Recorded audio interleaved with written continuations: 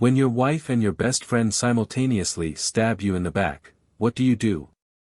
This story is real. Oh, I'll tell you what happened and how I got out of this shit. It's not just a story, I'm sure you want to see how it ends. Thinking back on it all, it's almost hard to believe. Now, when I look back, I see just how much my world has shifted. Growing up in a small town in Georgia, life felt a lot more straightforward and predictable. My family wasn't perfect, but I always thought we had each other's backs. My younger brother, Jimmy, was always the one getting into trouble, but I figured we were still close. Never in a million years did I think everything I believed in would fall apart because of him. I was working as a mechanic, helping my dad run the family garages, and I was married to my high school sweetheart, Sarah. For a while, life seemed pretty good, until it all started to come undone. Sarah and I had been married for a few years when things began to fall apart. Jimmy, who had always been a bit of a handful, got deeper into drugs, and my family, instead of holding him accountable, started enabling him in ways that tore me up inside. Despite my protests, they pushed me to let Jimmy stay with us while he tried to get his life back together. What happened after that destroyed everything I cared about. The betrayal from both my brother and my wife shattered my trust, my family, and the sense of home I once had. That day started off like any other. The backyard was full of laughter, and the smell of barbecue filled the air. Friends and co-workers had gathered to celebrate my promotion to shop foreman, but to me, it felt more like a going-away party. I was ready to leave everything behind. I stepped away from the crowd, my mind racing, knowing what was about to unfold. This wasn't just a celebration of my promotion, it was my goodbye. I looked back at the group. The event was in my honor, with a handful of co-workers and their spouses in attendance. Thankfully, there were no kids around because I had plans to make this a memorable exit. I headed to my truck and grabbed something I thought would help make my point clear. I figured they'd want me to say a few words, and I wanted to leave a lasting impression. I tucked the item into my waistband, making sure it stayed hidden as I walked back to the party. That's when I spotted my boss, Charlie Matthews, making his way toward me. Charlie was a big guy with a grin that could light up half of Atlanta.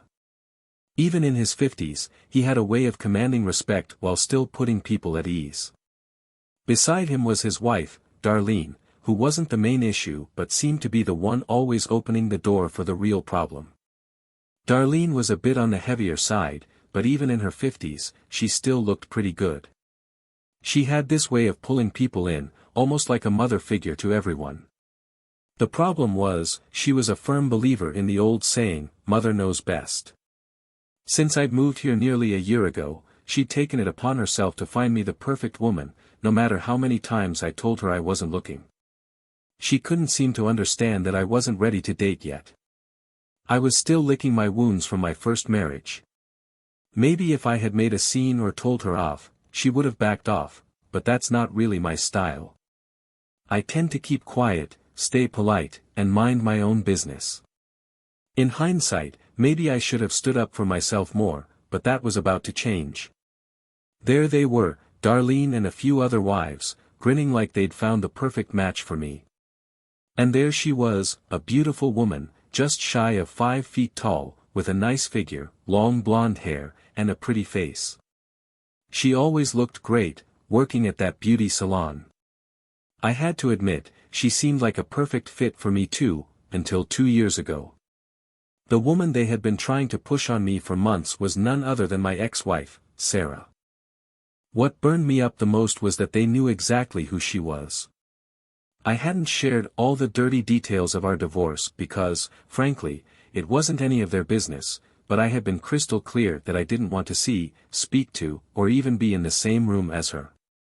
Yet, here she was, surrounded by a bunch of women who were clearly patting themselves on the back for getting us together again. Sarah probably hadn't been too open about why things ended between us.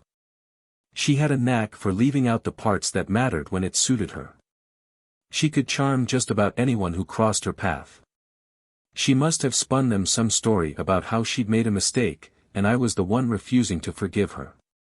She played the role of the heartbroken, regretful wife perfectly, making Martha and her crew think she deserved another shot. Charlie stood up to address the crowd, finally introducing me. It was time for me to take the stage. "First off, I want to thank all of you for coming tonight," I began. "I know this was supposed to be a celebration, and in some ways, it is. Charlie here offered me the shop foreman position, and I'm grateful for that. But, sir, I'm afraid I have to turn it down. As of today, I'm done. I'm sorry to spring this on you, and I'll understand if you can't give me a reference, but either way, I'm leaving tomorrow." I watched as the shock registered on their faces, and Charlie looked like he was about to say something. "This is my home," he started, his voice steady and firm. "No disrespect, sir. You've been more than fair to me, and I owe you an explanation," I said, my tone icy, "but there are people here," I continued, locking eyes with Martha, "who I sure as hell don't owe a damn thing." Martha opened her mouth to speak, but I cut her off. "Martha, I think you and your little group have meddled enough in my life. I made it very clear that I wasn't looking to date anyone, and I certainly didn't want to be anywhere near my ex-wife. But apparently, my wishes don't matter, so either I speak now, or I walk out for good. Your choice." Silence fell over the group, and the only sound was Sarah softly crying. "All right then, let me tell you a story," I said. Sarah looked up at me, shaking her head, pleading silently for me to stop. 2 years ago, I left my small hometown in Georgia for the first time in my life. I walked away from a marriage that was beyond repair and a family that had turned its back on me. I moved here about 11 months ago to start fresh, but it seems like no matter where I go, my past keeps following me, thanks to some help. I shot a look at Martha, who quickly glanced away. I married my high school sweetheart 5 years ago. She was everything I thought I wanted. We tied the knot right after she graduated, and for the first 3 years, I believed we had a picture-perfect marriage. She worked at a beauty salon, and I worked at one of my family's garages. My dad owned several auto shops scattered across northern Georgia, and I learned the mechanic trade from him. But just like Eden had its serpent, so did my marriage. And my serpent came in the form of my younger brother, Jimmy. Jimmy is 3 years younger than me, but he's always been the golden child in my family's eyes. Apparently, he's in recovery from a pill addiction. He's been hooked since he dropped out of school at 15. My parents have bent over backward for him, giving up everything, including me, for whatever Jimmy needed. We have to help him, he's sick, they'd say, more times than I can count. So when I found out 3 years ago that he had been kicked out of yet another place, I wasn't the least bit surprised. My family, including my wife, wanted him to stay with us until he could get into another rehab program. My answer wasn't just no, it was a hard no. My wife and parents were stunned. How could I be so heartless as to turn my back on my own brother? But from where I stood, I wasn't abandoning him, I was just done with enabling him. For weeks, they made my life a living nightmare, pressuring me non-stop, until I finally caved and let Jimmy move in with us. And how was I repaid for trying to be the good brother? I fixed my gaze on Sarah, trying to keep myself from losing it. I don't know what kind of sob story my worthless brother fed her to get her into bed, but whatever it was, it worked. And of course, neither of them bothered to tell me. 2 months later, she gives me the big news, "Honey, I'm pregnant." Like an idiot, I was over the moon. We'd been trying for a baby for almost a year. Imagine my surprise a few months later when the doctor mentioned the baby had a heart defect, something that's often seen in babies born to mothers who use cocaine. Naturally, my wife denied ever touching drugs. But then the doctor said something that completely rocked my world. He brought up studies that showed how fathers with a history of drug use could contribute to birth defects too. That's when I started to get suspicious. When the doctor asked if I had been using anything, I told him no. He just chalked it up to one of those unexplained defects, but I was left wondering. The woman I trusted more than anyone else swore up and down that I was the father, but things weren't adding up. After the baby was born and had surgery, I wasn't stupid. I got a DNA test done. That test confirmed my worst nightmare. I wasn't the father, I was the uncle. I lost it. I tossed my cheating wife's things right out of the house, grabbed my Glock, and went out looking for that worthless brother of mine. I searched everywhere but came up with nothing. Turns out, my parents had stashed him away in some out-of-state rehab. And how did they know? Well, here's the real kicker, Billy had waited a full week before telling them what he'd done. And then the four of them, my wife, my parents, and my brother, all schemed together to keep it from me, hoping I'd never find out. The very next day, I filed for divorce. Once Sarah was served, the excuses and apologies came pouring in from her and my parents. I refused to speak to the cheater for weeks, I couldn't even stand the sound of her voice. I was in complete shock. Everything I'd ever wanted was gone, and I had been betrayed by the people who claimed to love me the most. After a week of non-stop pressure from my parents, I reluctantly agreed to sit down and talk to her. I listened to every pitiful excuse she could come up with. He was depressed, she told me. He felt like his life had no meaning, and I felt sorry for him. I was just trying to comfort him, but things went too far. The drugs messed with my mind. It was only one night, it didn't mean anything. She even had the nerve to tell me that their first time together was so bad he nearly took his own life. But somehow, the second time, she managed to restore his will to live. My ex-wife, the saint, out here saving broken men one affair at a time. Makes you wonder if she's been hitting up homeless shelters in her spare time to work her magic. I swallowed down the bile rising in my throat as Sarah sat there crying. My parents and Sarah hovered around me like flies on garbage. And if that wasn't enough, they even dragged in other people to try and convince me. My favorite was when the pastor from our family's church decided to drop by. My parents had donated a good amount of money to that church, funding all sorts of projects. The pastor went on and on about the power of forgiveness, as if that was going to fix what they'd done.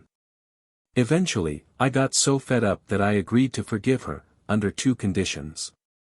The first was that the pastor would give a sermon about not coveting your brother's wife. The second was that I'd stand in front of the whole congregation the following Sunday and give my testimony before publicly forgiving her. I still smile thinking about the look on his face, never heard from him again after that. But my parents didn't let up. They gave me exactly what I expected, you need to be the bigger man. Sarah made a mistake, but her heart's in the right place. Your wife and child need you. A real man wouldn't abandon his family. We raised you better than this. They went on and on until finally, my father hit me with the ultimate guilt trip, telling me how disappointed he was in me for not forgiving Sarah and Jimmy. I snapped back, telling him exactly how disappointed I was in them as parents. Things got real ugly when they asked if I had read Jimmy's apology letter and told me I shouldn't hold it against him because he was sick. That was the last straw.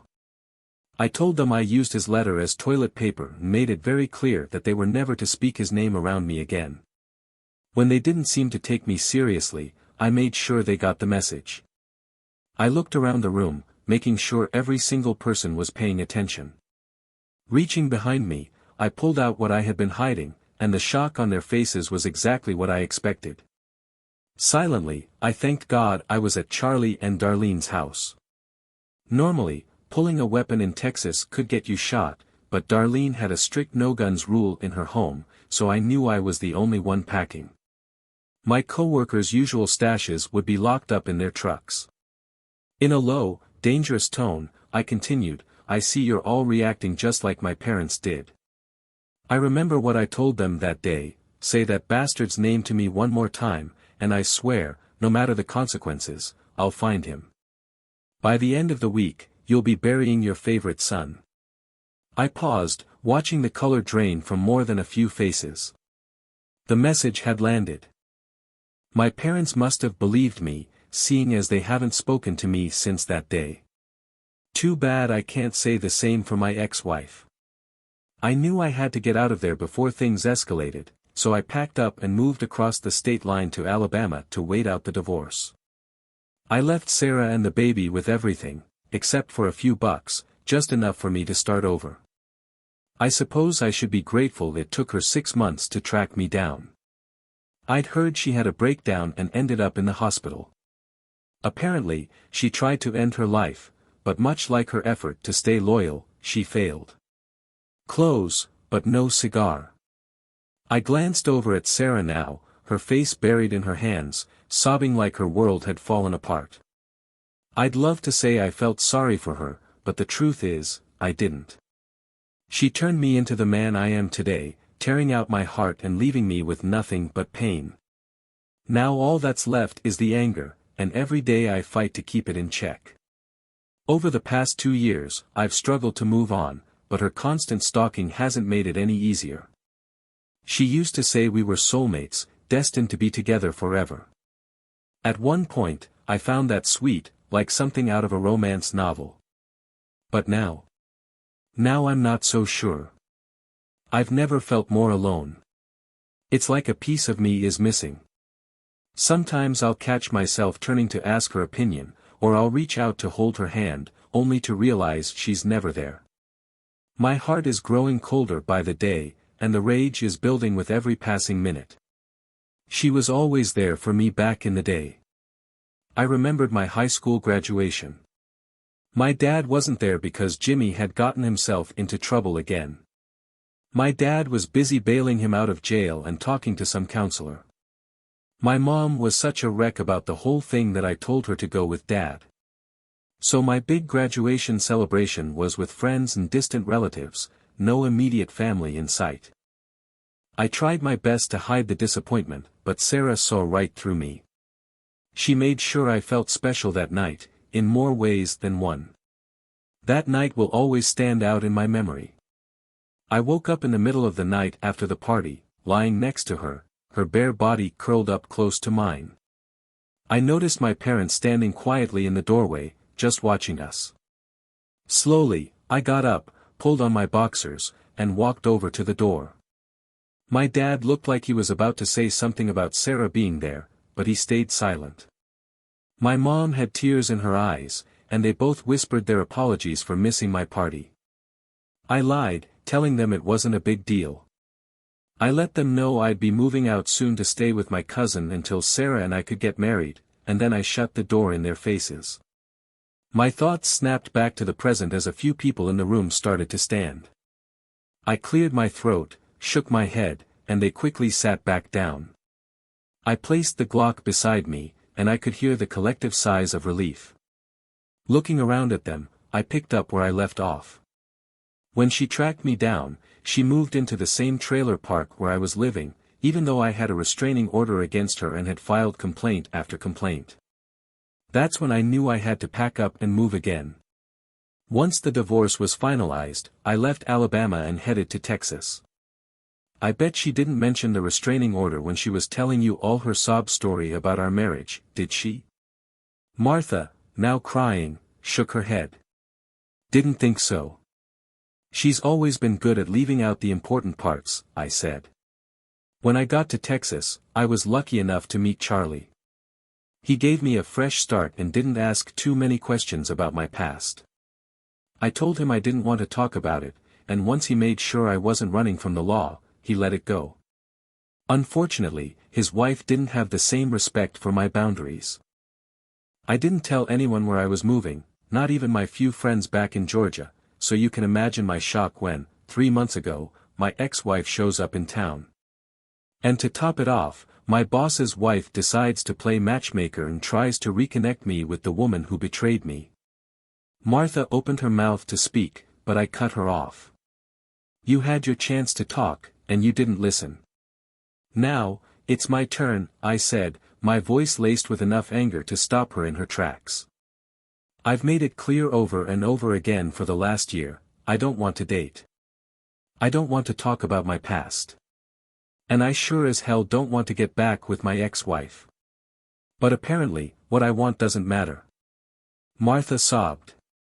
Doug, I'm so sorry. I didn't know. Didn't know. I shot back. Since when do you need to know someone's personal business before you can respect their privacy? Who do you think you are that I owe you an explanation before you can just leave me the hell alone?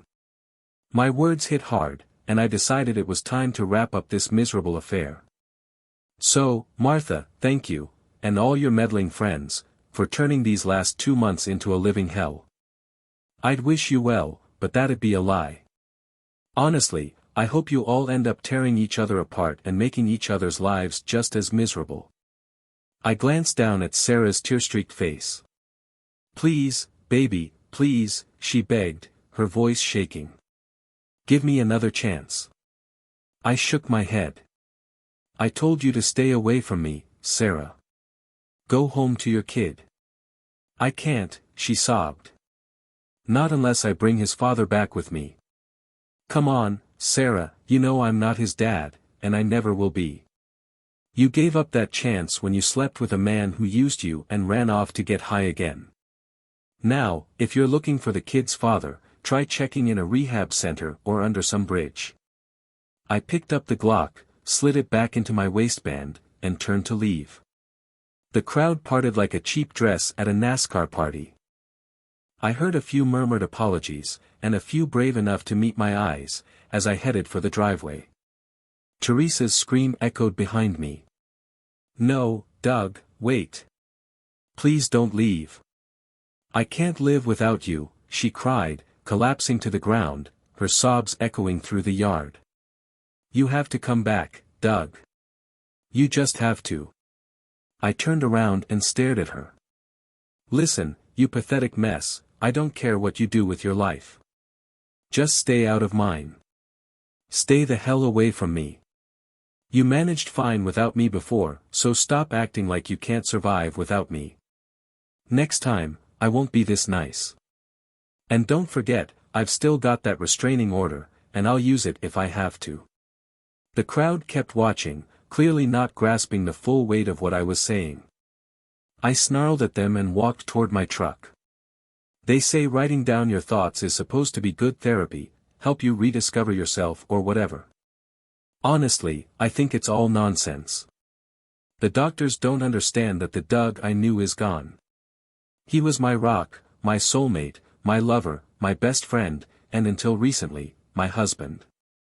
I lost him because of one terrible mistake, a mistake he just can't seem to forgive.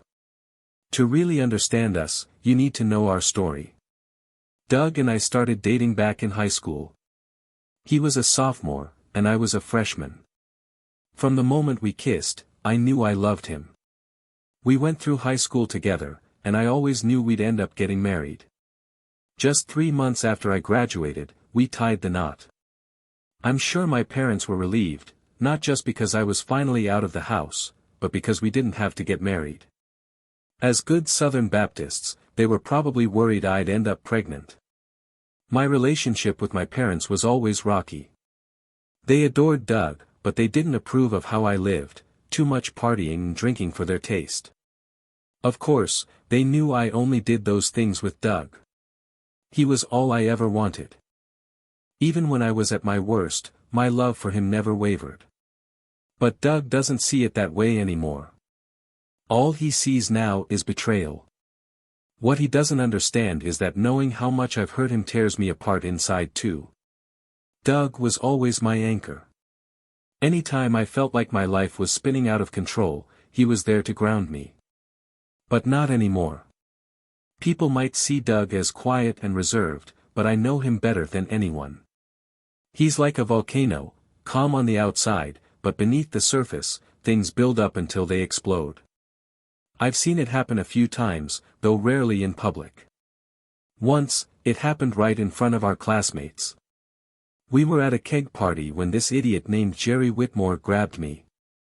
I slapped him, but he came at me again, trying to grope me. I guess he had no idea what kind of trouble he was asking for, doing that in front of Doug. Doug might not be the biggest guy, but he's strong and in great shape. Before Jerry could even throw a punch, Doug had him on the ground, pounding his face in.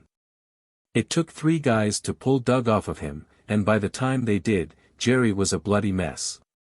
Doug had hurt him bad, and there were rumors that charges might be pressed, but I threatened to file sexual assault charges against Jerry, and everything was dropped. After that, no guy ever dared to mess with me again. Like I said, Doug and I got married right after I finished high school. It was the happiest time of my life. Doug was already working as a mechanic at one of his dad's garages, and I went off to beauty school. Soon, we saved up enough to buy our first home.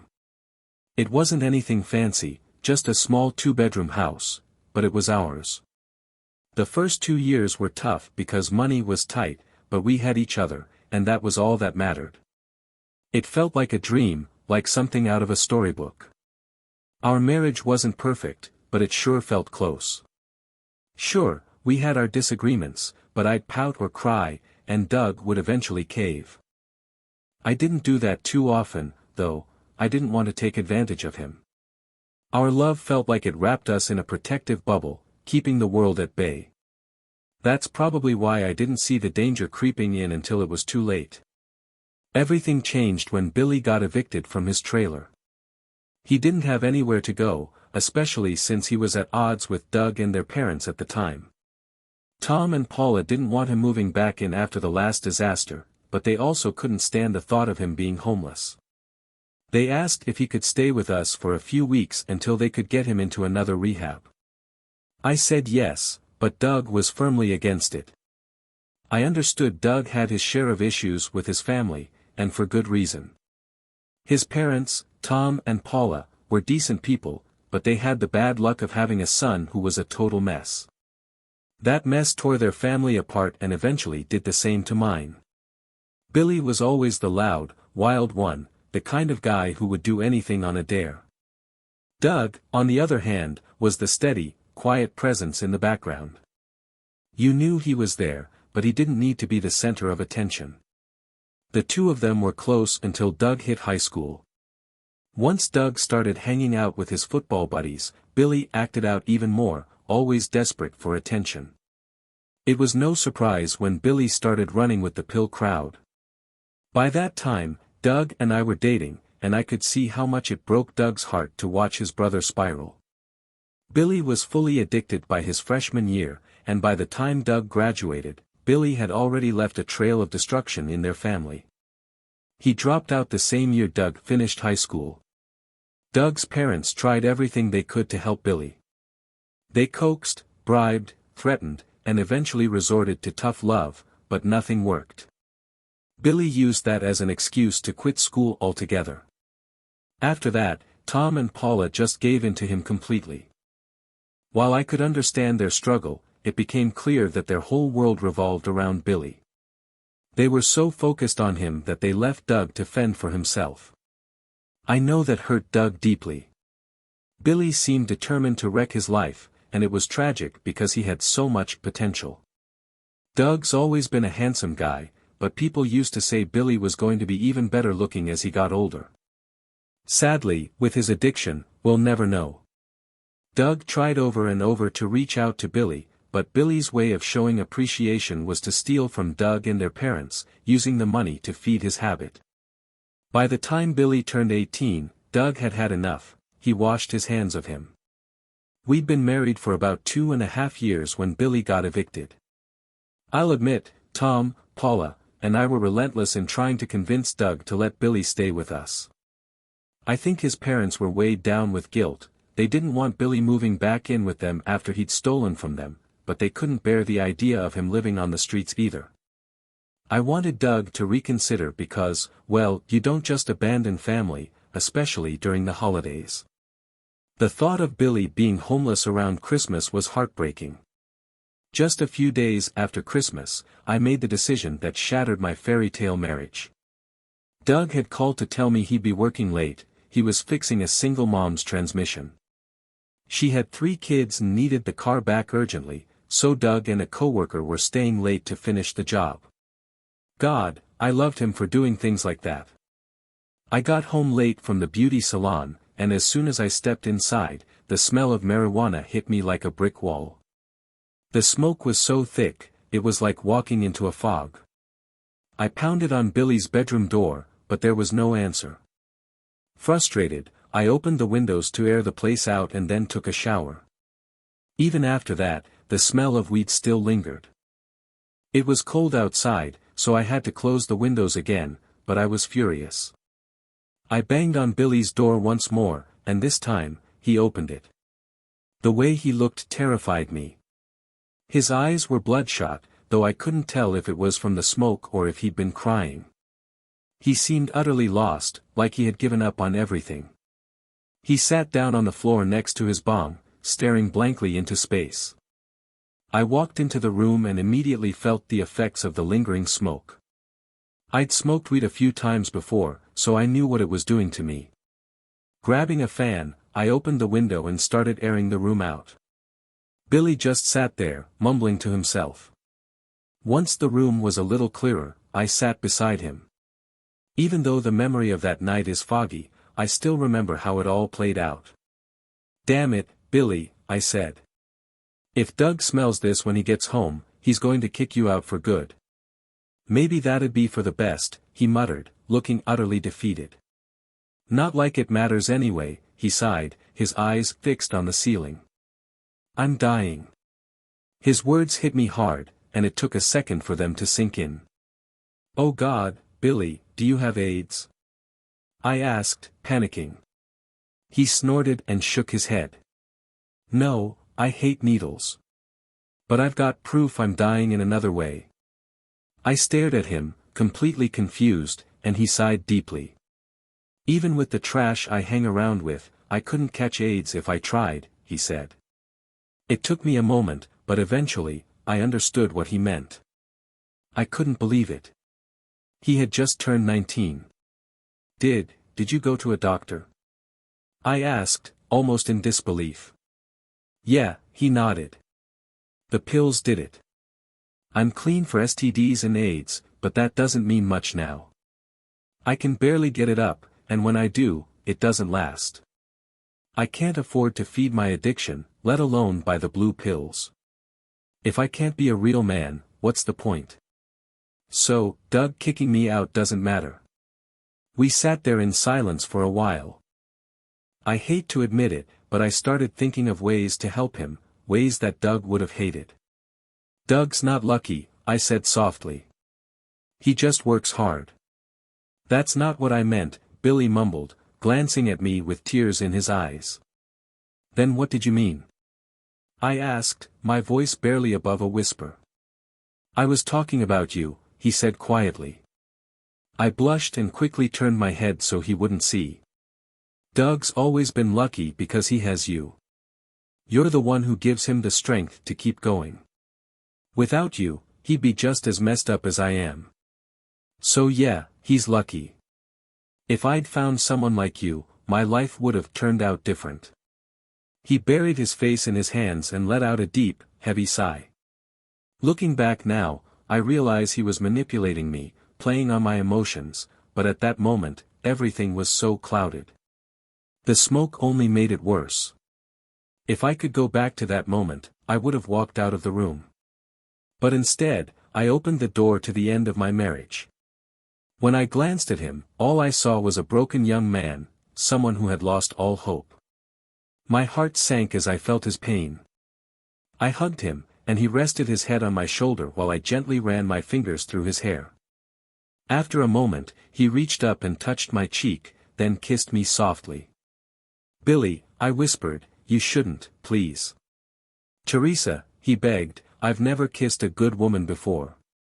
I knew I should have stopped it right then and there, but I froze. I didn't kiss him back, but I didn't pull away either. He kissed me again, holding me closer, and though I didn't respond, he must have taken my silence as consent. I whispered his name again, trying to stop him. "Billy, please." "Teresa, I need a reason to live," he pleaded. Deep down, I knew it was just a line, but in that moment, I believed him. Whether it was the haze or something else, I didn't resist. I just sat there, lost, confused, and unsure of what to do. It wasn't lovemaking, and there were no sweet words exchanged. Those were reserved for Doug, my husband. This was just sex, nothing like what I shared with Doug, who truly loved me. Doug had something no one else ever would, my heart. Afterward, I lay there on top of Billy, both of us catching our breath. He whispered, "Thank you. Oh God, thank you." For a brief moment, I felt like I'd given him hope, and that thought brought me a small, fleeting sense of comfort. But as soon as I stood up and started getting dressed, the reality of what I'd done hit me like a truck. The weight of my betrayal crashed over me. I hurriedly finished dressing and headed for the door. "Teresa," Billy called out. I turned back, tears welling in my eyes. "Never again, Billy," I said softly. "This can never happen again. Doug can never find out. Do you understand?" Billy nodded and lay back, covering his face with his hands. I think he started crying. I went to the bathroom and tried to wash away the guilt in the shower, but no matter how hard I scrubbed, I couldn't justify what I'd done. Even though it wasn't planned, I knew Doug would see it as the ultimate betrayal, especially because it was with his brother. I cried myself to sleep that night, knowing I had changed everything between us forever. The next morning, Doug was furious. The smell of weed still lingered in the air, and he almost threw Billy out right then and there, though I never fully understood why he didn't. I was a wreck, barely holding my emotions together so Doug wouldn't suspect anything. That night, I made love to Doug like it was our last time, terrified of what the future would bring. When he asked what was wrong, I lied and told him I'd had a nightmare about him leaving me. He was so gentle, and for that night, we felt whole again. I promised myself I'd never be that foolish again. In the weeks that followed, Billy watched me, but we didn't speak. Then, 3 weeks later, he moved out. 2 weeks after that, I found out I was pregnant. Doug and I were overjoyed, and I had no doubt the baby was his. After all, we had an active sex life. It wasn't until Billy asked if he could be the father that I started to worry. I was furious and humiliated to learn that Billy had already told Tom and Paula. They weren't happy, but they didn't expose me either. We all agreed to keep it a secret and pray Doug never found out. I felt sick. I had never hidden anything from Doug before, but I knew this secret would destroy him. Every night, I prayed the baby was Doug's, but when the doctor discovered a problem with the baby, I knew my prayers hadn't been answered. The surgery could fix it, but the defect was linked to pill use. My heart sank. The doctor asked if I had taken any pills, and I denied it. Then he asked Doug the same question, explaining that pill use by the father could also lead to birth defects.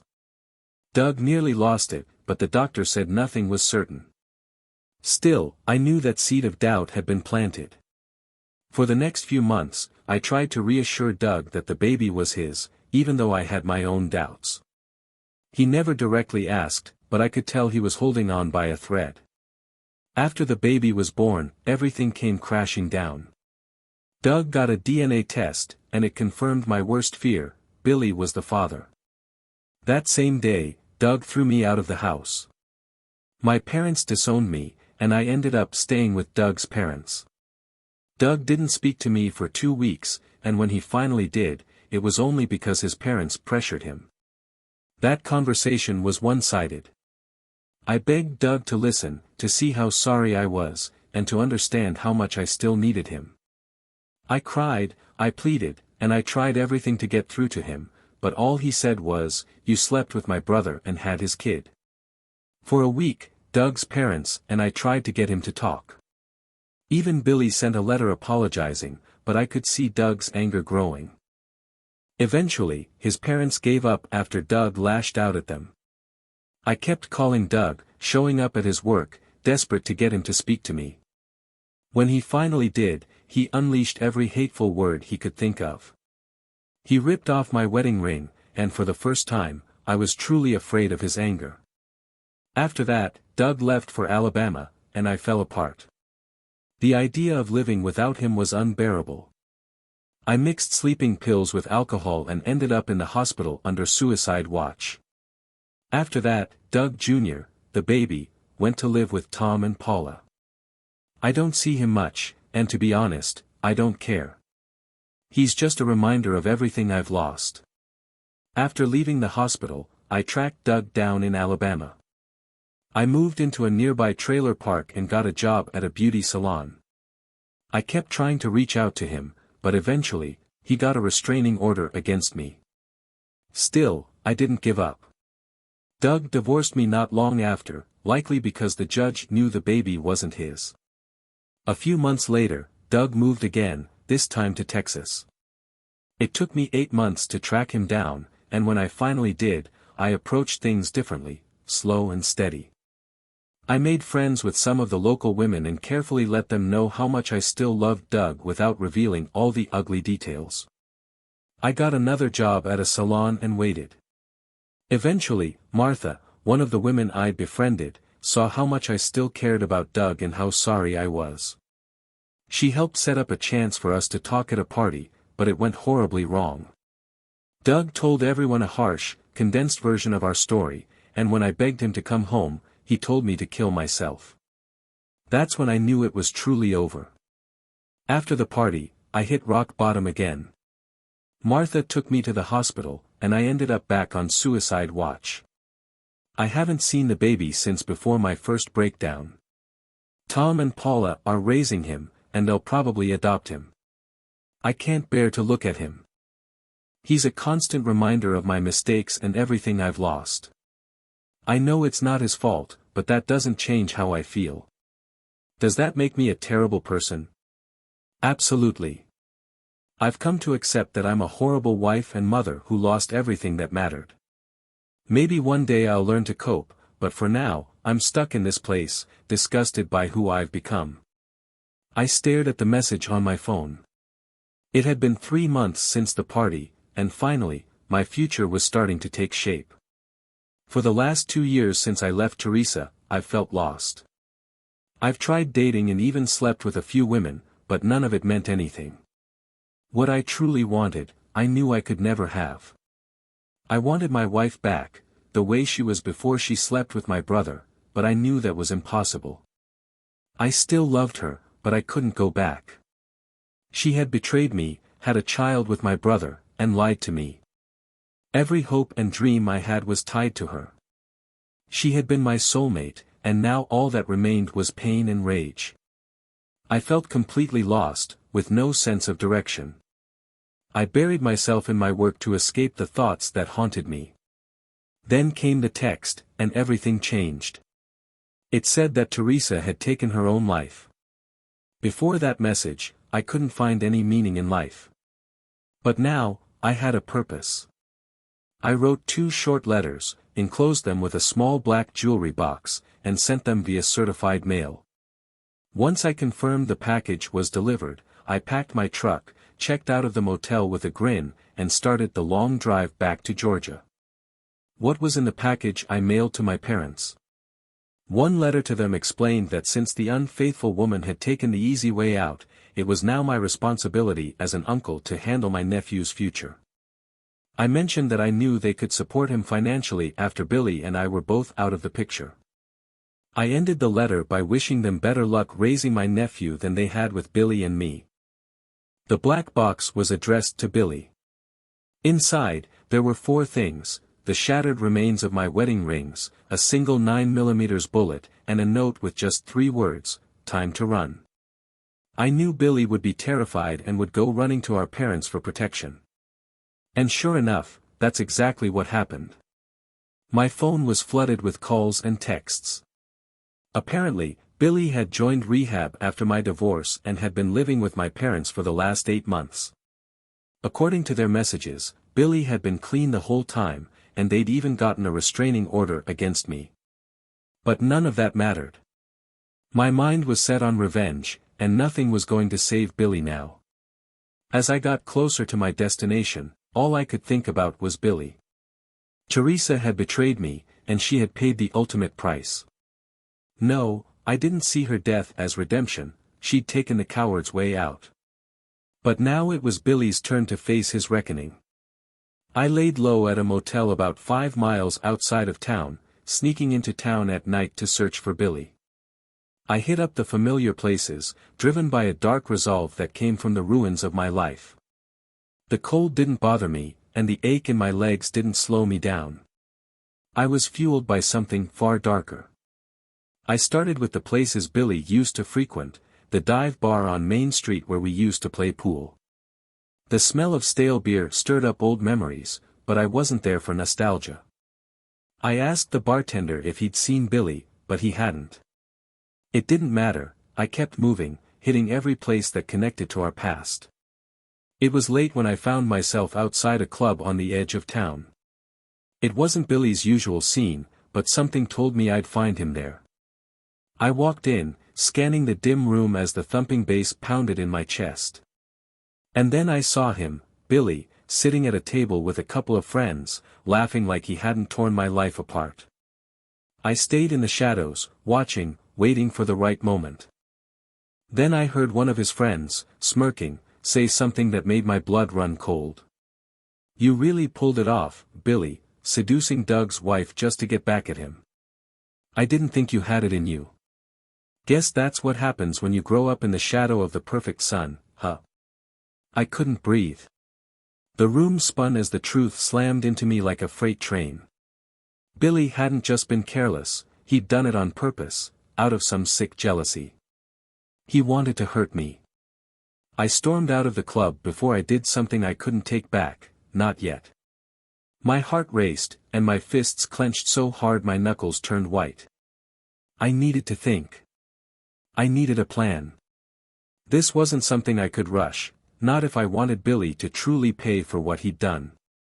I sat in my car, parked a few blocks away, staring into the darkness as I tried to calm the storm inside me. But one thing was clear, I wasn't letting him slip away. I wasn't going to let him escape. For 3 days, I followed him. Every night, I went back to that club, watching him from a distance. During the day, I trailed him around town, staying far enough behind so he wouldn't notice. I memorized his routine, where he went, who he talked to, and most importantly, when he was alone. I waited for the perfect moment, the moment when I could strike without interference. On the third night, Billy finally left the club alone. This was the chance I'd been waiting for. I followed him as he walked toward his car, parked in a dimly lit alley where the streetlights barely reached. He fumbled with his keys, completely unaware of the footsteps closing in. I moved fast, grabbing him from behind and covering his mouth before he could scream. He struggled, but he was no match for the fury that had been simmering inside me for days. I dragged him to my car, threw him into the trunk, and slammed it shut, the sound echoing through the empty alley. I got behind the wheel and drove away. The rage that had consumed me before was now gone, replaced by a cold, calculated determination. Billy had crossed a line, and it was time for him to learn the consequences of betraying his own blood. Billy woke up in total darkness, groggy and disoriented. His head throbbed like he'd been hit, but when he tried to move, he realized he was tied to a chair, his wrists and ankles bound tight. Panic set in as he struggled against the ropes, but they wouldn't budge. His mouth was gagged, muffling his desperate attempts to scream. The air was thick and heavy, carrying the scent of damp concrete and something metallic, something cold. He tried to make sense of where he was, but the blackness swallowed everything around him. Then he heard footsteps, slow and deliberate, echoing off the walls. A door creaked open, letting in a thin sliver of light. I stepped into the room, my face hidden in the shadows. I didn't say a word, I just stood there, staring at Billy with a calmness that sent a chill down his spine. There was no anger, no rage, just an unsettling stillness that made his blood freeze. I walked toward him, my movement steady and deliberate. Reaching into my pocket, I pulled out a syringe filled with clear liquid, holding it up so he could see. His eyes widened with terror. Billy tried to shake his head, tried to plead with me, but the gag silenced any attempt. Without hesitation, I gave him the injection, knowing it was necessary. He felt the cold liquid coursing through his veins, spreading a chilling sensation throughout his body. His vision blurred, and the room began to spin. He fought to keep his eyes on me, to focus, but the drug was taking over. His muscles weakened, and his head slumped forward as his panic faded into a distant, numb fear. I stepped back, still silent, watching as Billy's consciousness slipped away. The last thing he saw before the darkness overtook him was my expressionless face. He knew that whatever was coming next would be far worse than anything he could imagine. When Billy regained consciousness, the sun was already high in the sky, burning down on the barren landscape. I stood a short distance away, watching as he struggled to sit up, moving slowly, his confusion evident. The vast Texas desert stretched out endlessly in every direction, offering nothing but sand, scrub, and a relentless horizon. I approached him, the crunch of gravel and sand under my boots breaking the silence. He looked up at me, fear and bewilderment in his eyes, sweat already pouring down his face, and his lips cracking from dehydration. Beside him lay a single bottle filled with liquid and a syringe carefully placed next to it. He glanced at the items, then back at me, his wide eyes begging for answers. "I thought about ending this quickly for you," I said, my voice steady and cold. "I figured maybe you deserved an easy way out after everything you did. But then I realized that would be too merciful." He tried to speak, but his throat was too dry, and all that came out was a raspy whisper. I had no interest in hearing whatever pathetic excuses or pleas he had prepared. "Betrayal cuts deep," I continued, my voice steady in the scorching air. "My own brother slept with my wife, and now she's dead, while you're still here." I paused, letting the weight of my words sink in. "You took everything from me, Billy, so now I'm giving you a chance. Either earn my forgiveness or meet your end out here." I nudged the bottle with my boot, rolling it slightly closer to him. "That bottle's got just enough to keep you going for a little while. If you ration it right, maybe it'll last." "And the syringe?" "It's got enough in it to either numb the pain or end it, depending on what you choose." Billy stared at the bottle and syringe, then back at me, tears filling his eyes as the gravity of his situation finally hit him. "We're about 300 miles deep into this desert," I said, gesturing toward the endless stretch of barren land around us. "No roads, no towns, no people, just you and the elements. If, by some miracle, you make it out alive, maybe I'll consider forgiving you. Maybe we'll find a way past this. But if you don't, well, I guess that's justice." Billy shook his head, his parched throat producing nothing but weak, muffled sounds of protest. Desperation and terror overtook him, but I felt nothing, not anymore. I turned and walked back to my truck, parked just a few yards away. As I opened the door, I looked back at him one last time. "Choices have consequences, Billy. This is yours." I climbed into the driver's seat, started the engine, and drove away. In the rearview mirror, Billy's figure shrank smaller and smaller until it vanished into the shimmering heat of the desert. As the distance between us grew, a storm of emotions swirled inside me: anger, pain, a flicker of satisfaction, and maybe, just maybe, a trace of regret. Only time would tell if leaving him out there was punishment enough or if it would come back to haunt me forever. The desert strips everything down to its bare bones, exposing the truth. Maybe out there, alone under that relentless sun, Billy would finally understand the weight of what he'd done. Or maybe the desert would claim him, taking with it the last fragment of a family already shattered beyond repair.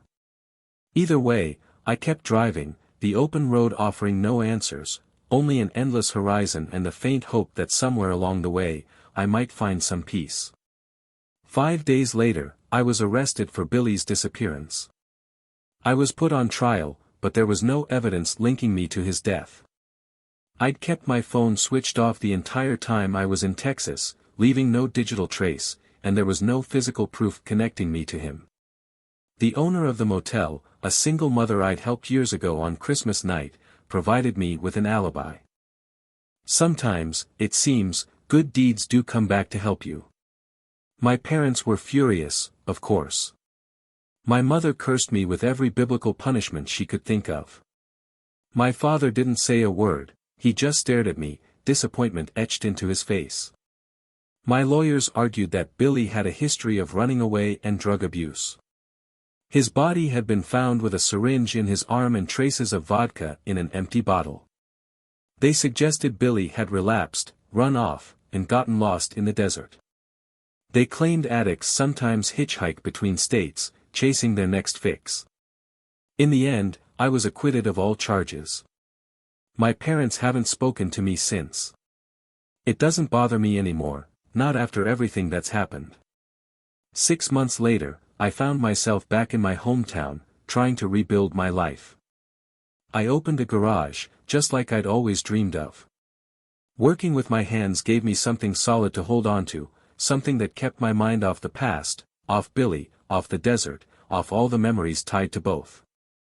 Fixing engines, restoring old cars, it was the one thing that gave me a sense of control in a world that had taken everything from me. The town hadn't changed much, but I sure had. The familiar faces around me felt a little more distant now, but I kept my head down and focused on my work. It was just easier that way. The garage did better than I expected. Word spread that I was back, and before long, people started bringing their cars in, trusting me to get them up and running again. It felt good to be useful, to have a purpose. And then there was Sarah. One day, she brought in her beat-up sedan, a car that had definitely seen better days. She was a single mom just trying to make things work. While I worked on her car, we got to talking, small talk about the town, her son, life in general. There was something about her quiet strength that drew me in. After that, I started seeing more of her. It wasn't something I had planned. I didn't think I was ready to let anyone in, not after everything that had happened. But Sarah made things feel simple, even when they weren't. She didn't pry into my past, didn't push me to talk about things I wasn't ready for, she just let me be. And somehow, that was exactly what I needed. Her son, Timmy, was a great kid, bright, curious, always asking questions about the cars I was working on. I found myself spending more time with them, fixing things around their house, just being there. It felt different having people to care about again, but it also felt right. Life wasn't perfect, and there were still nights when the memories crept back in, when the weight of what I'd done and what I'd lost felt almost too much to bear. But with Sarah and Timmy, it seemed like maybe, just maybe, I had a chance at something good again. Maybe this was the fresh start I'd been searching for, a way to rebuild my life, one day at a time. So I kept moving forward. The garage, Sarah, and Timmy were my future now. The past would always be there, lingering like a shadow, but I wasn't going to let it define me anymore, not if I could help it.